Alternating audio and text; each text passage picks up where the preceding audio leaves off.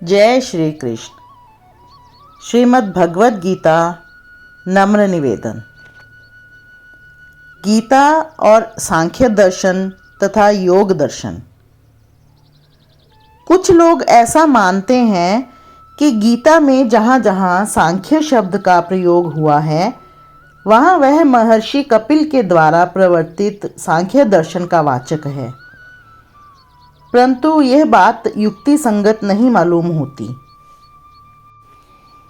गीता के 13वें अध्याय में लगातार 3 श्लोकों में तथा अन्यत्र भी प्रकृति और पुरुष दोनों शब्दों का साथ साथ प्रयोग हुआ है और प्रकृति पुरुष सांख्य दर्शन के खास शब्द हैं। इससे लोगों ने अनुमान कर लिया है कि गीता को कपिल सांख्य का सिद्धांत मान्य है। इसी प्रकार योग शब्द को भी कुछ लोग पातंजल योग का वाचक मानते हैं।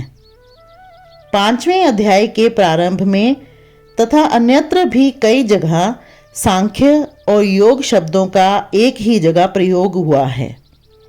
इससे भी लोगों ने यह मान लिया कि सांख्य और योग शब्द क्रमशः कपिल सांख्य और पातंजल योग के वाचक हैं, परंतु यह बात युक्ति संगत नहीं मालूम होती।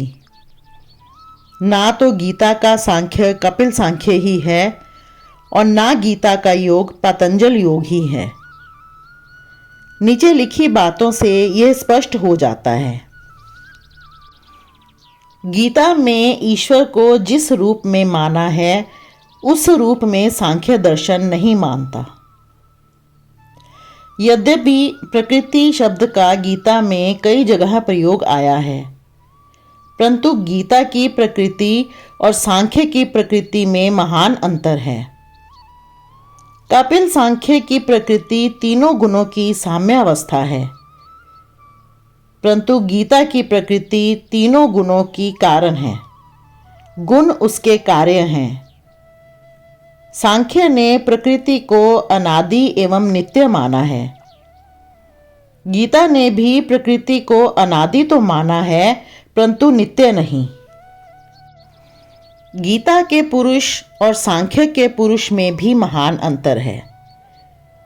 कपिल सांख्य के मत में पुरुष नाना हैं, किंतु गीता का सांख्य पुरुष को एक ही मानता है।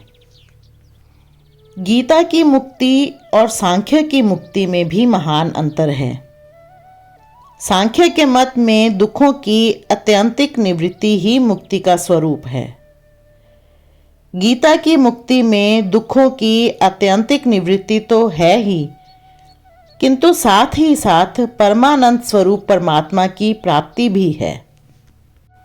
उपर्युक्त सिद्धांत भेद के सिवा पतंजल योग में योग का अर्थ है चित्तवृत्ति का निरोध, परंतु गीता में प्रकरणानुसार योग शब्द का विभिन्न अर्थों में प्रयोग हुआ है।